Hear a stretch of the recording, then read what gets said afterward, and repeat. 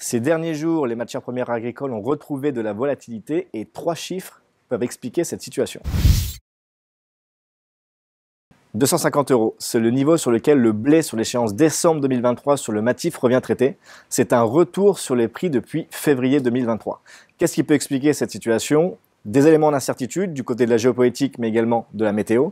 Ces derniers jours, le contexte météorologique a repris le dessus. C'est les États-Unis qui inquiètent et la situation sécheresse sur la Corn Belt. Pas de pluie sur les 7 prochains jours. Des pluies pourraient arriver sur les 10 à 15 prochains jours selon les modèles météorologiques.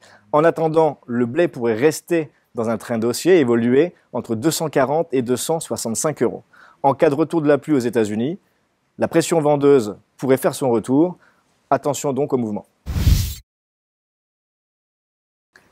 7, comme le nombre de séances qu'il aura fallu au maïs américain pour revenir traiter au-dessus des 6,20 $ sur l'échéance septembre 2023. Le contrat a progressé en mode fusée de près d'1 $ en 7 séances seulement. Le contexte météorologique est explosif. Les conditions des cultures aux États-Unis sur la Corn Belt sont au plus bas depuis 1992 à date, et notamment il y a une forte dégradation des cultures dans les États clés, Illinois, Iowa et Nebraska. Pour la suite, le corn devrait poursuivre son moment haussier. La possibilité de voir un retour sur la zone des 7 $ est un élément possible aujourd'hui. Du côté du Matif, sur l'échéance novembre 2023, la tendance devrait rester haussière avec une poursuite du mouvement sur les niveaux de 255 €. Le contexte pourrait évoluer rapidement en cas de retour des pluies sur la Corn Belt. Attention aux forts mouvements et à la volatilité sur ces marchés.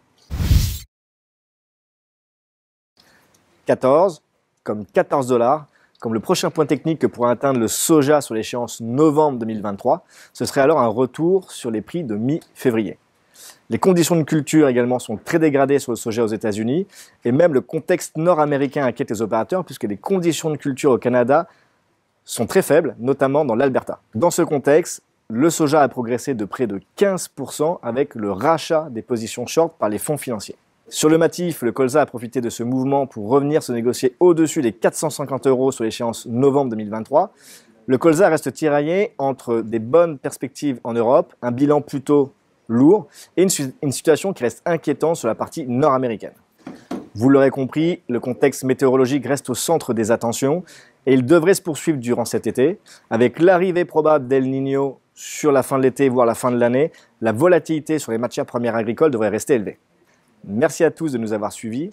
Je vous souhaite de très belles moissons et rendez-vous le mois prochain pour une nouvelle météo des marchés.